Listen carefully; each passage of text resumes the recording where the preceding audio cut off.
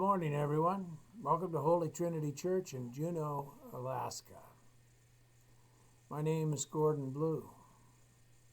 Welcome to today's sermon, which is intended to be a part of our Sunday morning prayer service.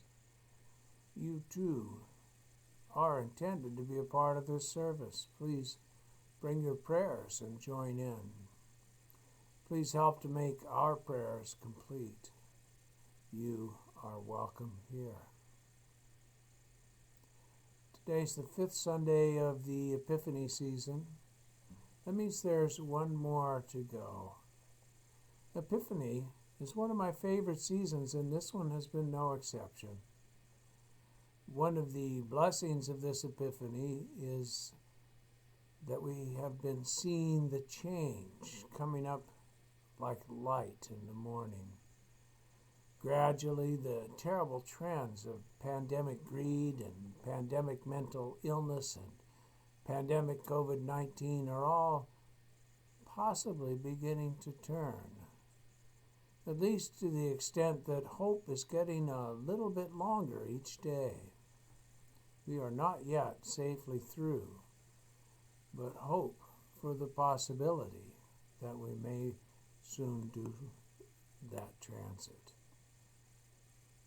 I heard Winston Churchill quoted last week from when he said, "This is not the end. It's not even the beginning of the end, but it is perhaps the end of the beginning." I heard Ann Gifford read the Gospel for today from the first chapter of Mark. Jesus had come from the reading last week where he healed a man of the fearful voice in his head. That evening at sundown, they brought him all who were sick or possessed with demons, and the whole city was gathered around the door. And Jesus cured many who were sick with various diseases, and he cast out many demons, and he would not permit the demons to speak. I also heard Robbie Robertson's song, "The Wait," again last night. It was the Around the World project of Playing for Change, produced by Sebastian Robertson and played for more than 50 years by Robbie and a host of others. Early last year, they sang around the world. I pulled into Nazareth, was feeling about half past dead. I just need some place where I can lay my head. Take a load off, Fanny. This Epiphany year, this one, has been dark and blessed with flashes of light, like aurora by night and sun rays through the cloud. Now, here we are. Shrove Tuesday's coming up, 9 more days, and we get to have breakfast for dinner. In the tradition, we use up all the butter and eggs and fat and sugar in the house so we can start Lent with low levels of temptation in the pantry. We found that a bushel of pancakes is pretty effective at doing that. Now, you may have to put your chocolates on top, but not in my house. The chocolates are long gone. I don't know why, but maybe it's because of the topsy-turvy meal schedule. It's also our custom for the meal to be prepared by the men. Like so much else, the tradition will have to be adjusted this year. We're going to enjoy our pancake supper on Zoom. So I'm calling for a meeting of the Pancake Committee to work this out.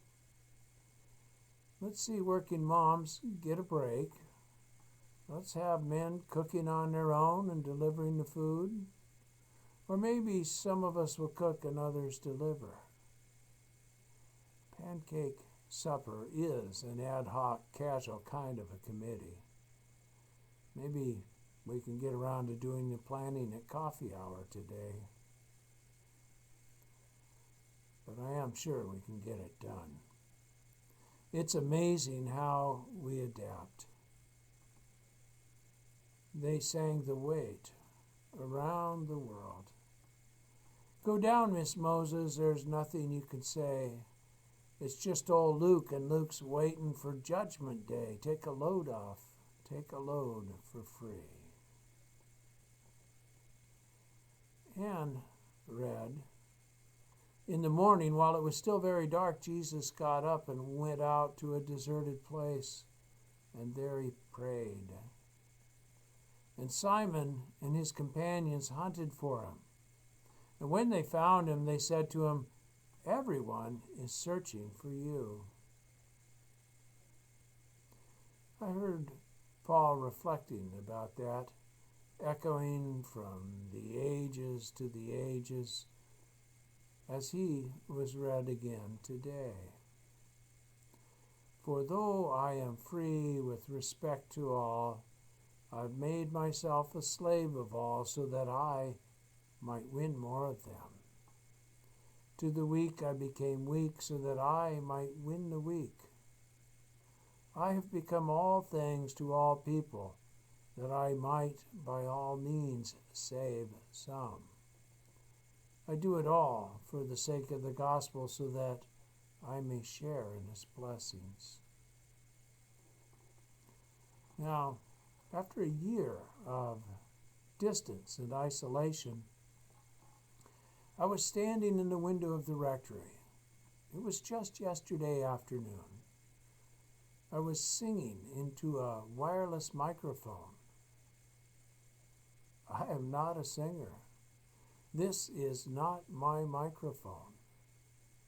And I looked, and there were friends in cars all around, bundled up in their cold cars, singing into wireless microphones, singing to Tim Fulham, who sat in the library and mixed it all up and poured it back in our radio. Bruce Simonson stood in the wind and the snow, standing in the cold to direct the music, drawing it all in, holding it all together, bringing us closer together in our steel and wooden bubbles, leading us to let hymns fly from cars in the near future, leading us on that gospel road. So when his friends found Jesus, Anne read, he answered, let us go on to the neighboring towns, so that I may proclaim the message there also. For that is what I came out to do. And he went throughout Galilee, proclaiming the message in their synagogues and casting out demons. And around the world they sang the weight. Catch a cannonball now to take me down the line. My bag is sinking low, and I do believe it's time. Take a load off, Fanny. I only just realized that for 11 months I've been taking my temperature every day, multiple times a day. Now I'm quite certain that that has added more temperature readings than in my entire life before March 2020. I started this thinking that probably it was the most reliable of the many signs of possible symptoms by which I might recognize the unwelcome arrival of infection with COVID-19. At first, seeing many of my allergy symptoms on the COVID list, I wondered if I would become hypochondriac. Now, though, temperature taking is just part of my routine. How many of these adjustments do we make, even in what we would call normal times? How much simply gets glossed over or lost? For instance, there's the question of fever, this important indicator in our present situation. fever scarcely gets a mention in all of Scripture.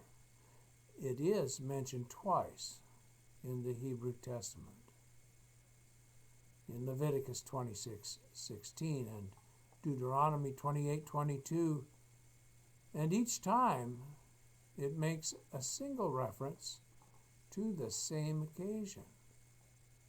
It's when the people are assembled on the threshold of the promised land and their promised wonderful futures. Fever associated with consumption is said to be one of the many awful symptoms of a rupture in the covenant. In the Synoptic Gospels, fever appears but once. It is in one story, and it is told 3 times. It's told in each of the Synoptics. In Mark, it's when they entered the house of Simon and Andrew. Simon's mother-in-law was in bed with a fever, and they told Jesus about her at once. The Gospel does not propose a cause of her fever. The disciples were concerned to mention her to Jesus. They do not ask explicitly for her healing. Possibly they intend only to offer a warning to Jesus about the presence of contagion. But Jesus heals her. He came and took her by the hand and lifted her up. And then the fever left her. In Capernaum, Jesus went to the home of Simon, where he took Simon's mother-in-law by the hand and lifted her up.